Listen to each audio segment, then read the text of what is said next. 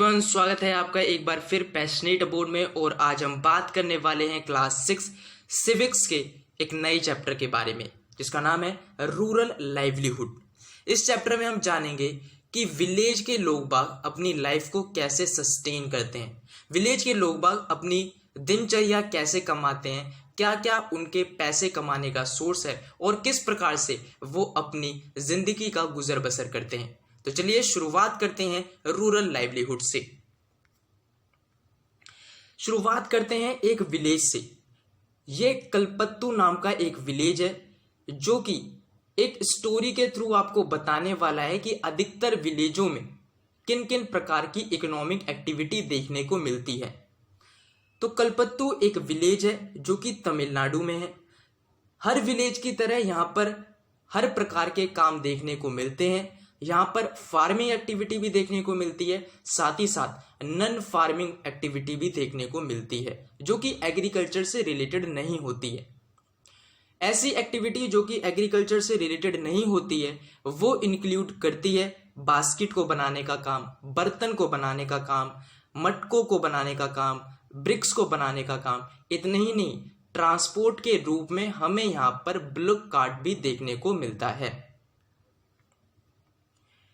इसके अलावा यहाँ पर बहुत सारे लोग बाग हैं जो कि सर्विसेज को प्रोवाइड करवाते हैं, जैसे कि ब्लैक स्मिथ, नर्सेज और टीचर, वॉशरमैन और वीवर्स, नाई की दुकान भी है यहाँ पर। इतना ही नहीं, यहाँ पर साइकिल रिपेयरमेंट की भी शॉप देखने को मिलती है।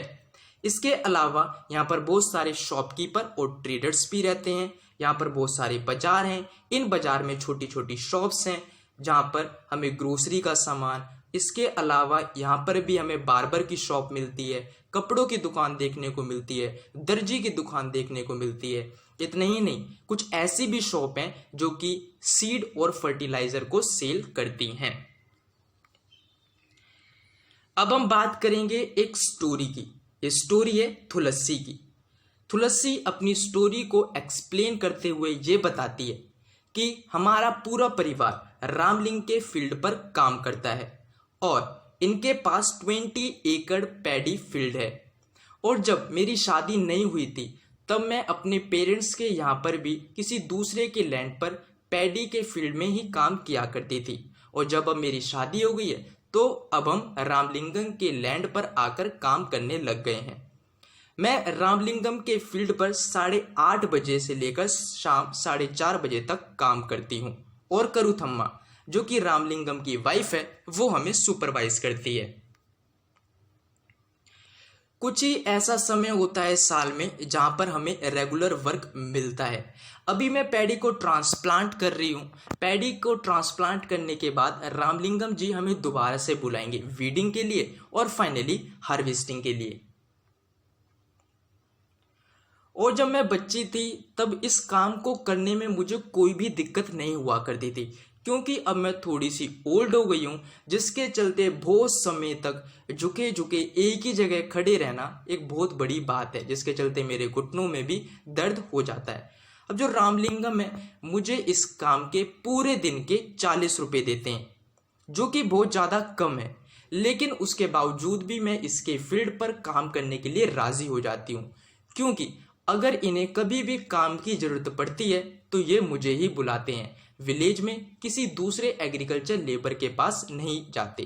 जिस प्रकार से ये मेरी तरफ लॉयल हैं, ठीक उसी प्रकार से मैं भी इनकी तरफ से अपनी तरफ से कुछ लॉयल्टी दिखाती हूँ इनके लिए। अब अपने हस्बैंड के बारे में बताते हुए वो ये कहती है कि मेरे हस्बैंड का नाम रमन है और ये एक लेबर है। हमारे पास कोई अपना लैंड नहीं है और अभी वो किसी दूसरे के फील्ड में इंसेक्टिसाइड और पेस्टिसाइड का छिड़काव कर रहे हैं। और जब कोई एग्रीकल्चर का काम नहीं मिलता है तो ये रिवर से सैंड को कलेक्ट कर कर ट्रक में लोड करते हैं और ये ट्रक लोड होकर टाउन में जाते हैं जहां पर इन सैंड का इस्तेमाल होता है कंस्ट्रक्शन एक्टिविटी में।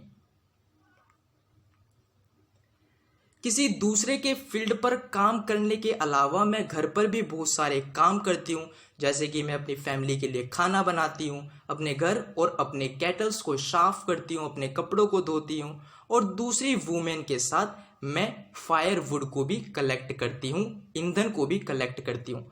और 1 किलोमीटर की दूरी पर हमें एक बोरवेल देखने को मिलता है, यानी कि एक कुआं देखने को मिलता है, और इस कुएं से हम पानी को कलेक्ट करते हैं। और जो मेरे हस्बैंड है ये ग्रोसरी के सामान को लाने में मेरी मदद करते हैं। इसके अलावा हमारी एक स्कूल जाने वाली बच्ची भी है और पिछली साल वो बीमार हो गई थी। अब उसकी बीमारी की ट्रीटमेंट करने के लिए हमने रामलिंगम से कुछ पैसे उधार लिए थे। अब उसी उधार को चुकता करने के लिए हमें अपने कैटल को बेचना पड़ा। तुलसी की स्टोरी एक पुअर फैमिली की स्टोरी को बतलाती है, और जो कि ये कहती है कि जो तुलसी जैसे एग्रीकल्चर लेबर होते हैं वो अपना अधिकतर टाइम फायरवुड को कलेक्ट करने में, पानी को लाने में और कैटल को ग्रेस करने में ही बिताते हैं। नियरली 5 में से जो 2 इंडिविजुअल होते हैं विलेज में वो एग्रीकल्चर लेबर होते हैं इंडिया जैसी कंट्री में। वहीं कुछ ऐसे लोग बाग भी होते हैं जिनके पास स्मॉल प्लॉट्स ऑफ लैंड होता है। वहीं तुलसी जैसे लोग बाग भी होते हैं जिनके पास कोई भी लैंड नहीं होता है। अब ये पूरे साल नहीं कमा पाते हैं, जिसके चलते काम की खोज में इन्हें एक जगह से दूसरी जगह ट्रैवल करना पड़ता है, और जो ट्रैवलिंग होती है ये सीजन टू सीजन वेरी करती है। अब हम बात करेंगे यहाँ पर शेखर की। तो शेखर भी एक प्रकार के एग्रीकल्चर लेबररी हैं, लेकिन इनके पास 2 एकड़ का पैडी फील्ड है। इनके पास क्योंकि 2 एकड़ का पैडी फील्ड है, जिसके चलते ये अपने फैमिली के मेंबर का ही इस्तेमाल करते हैं अपने फील्ड को कल्टीवेट करने के लिए। और अब ये बताते हैं कि मेरी फील्ड की हार्वेस्टिंग कंप्लीट हो चुकी है, इसीलिए अब मैं दूसरों के फील्ड में उनका हाथ बटा रहा हूं। इतना ही नहीं, ये भी बताते हैं कि मुझे ट्रेडर से कुछ लोन लेना पड़ा था कुछ फर्टिलाइजर और पेस्टिसाइड को खरीदने के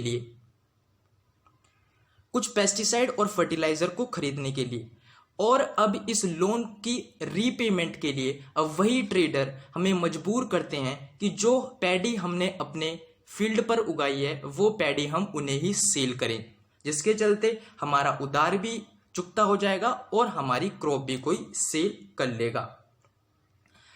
अब जो मेरे फील्ड पर जो पैडी की कल्टीवेशन हुई है वो सिर्फ 60 बैग है, और इन 60 बैग में से कुछ तो मैं ट्रेडर्स को दे दूंगा, जिसके चलते मैं अपना लोन को चुका दूंगा, और साथ ही साथ कुछ मैं अपने पास रख लूंगा जो कि मैं अपने घर के इस्तेमाल के लिए यूज करूंगा। अब कुछ थोड़े से ज़्यादा पैसे कमाने के लिए हम रामलिंगम की राइस मिल पर भी काम करते हैं। इसके अलावा मैं अपने काऊ के मिल्क को भी मिल्क कोऑपरेटिव सोसाइटी में विलेज में बेच आता हूँ, जिसके चलते एवरीडे नीड की हम सारी रिक्वायरमेंट को फुलफिल कर पाएं। इसके बाद ये शेखर बताते हैं कि हम कर्जे में भी फंस जाते हैं। जैसे कि हमने देखा था कि शेखर ने ट्रेडर से पैसे लिए थे, लोन लिया था सीड, फर्टिलाइजर और पेस्टिसाइड को खरीदने के लिए। अब जो ये पैसे हैं ये मनी लेंडर से लिए जाते हैं, और सिचुएशन कभी कभार इतनी ज़्यादा वर्स होती है कि जो शेखर सोच रहा था कि मैं अच्छे high yielding variety seed, fertiliser, insecticide, pesticide का इस्तेमाल कर कर अपनी क्रॉप की कल्टीवेशन अच्छी कर लूँगा, कभी कभार किस्मत इतनी बुरी हो जाती है कि इन क्रॉप्स पर पेस्ट लग जाते हैं, कीड़े मकोड़े लग जाते हैं, रेनफॉल भी अच्छी नहीं होती है, जिसका रिजल्ट ये होता है कि इनकी क्रॉप खराब हो जाती है। और जो इन्होंने लोन लिया था अब वो इस लोन को भी पे नहीं कर पाते हैं, जिसके चलते अब इन्हें अपनी लाइफ को चलाने के लिए, अपने घर को चलाने के लिए उन्हीं ट्रेडर से दोबारा से लोन लेना पड़ता है। और वो जो ट्रेडर्स होते हैं इनके ऊपर हाई रेट ऑफ इंटरेस्ट लगाते हैं। इस प्रकार से ये लोन की साइकिल में फंस जाते हैं, और जिसका रिजल्ट ये निकलता है कि बहुत सारे फार्मर सुसाइड कमिट कर लेते हैं। तो फ्रेंड्स आज के लिए इतना ही, तब तक हम आगे मिलेंगे आने वाले वीडियो लेसन में। अगर आपको ये वीडियो लेसन पसंद आया हो तो प्लीज़ इस चैनल को सब्सक्राइब कीजिए, जिसके चलते आपको सारी वीडियो रिलेटेड अपडेट इस यूट्यूब चैनल पर मिलती रहेगी। Till then take care and bye bye.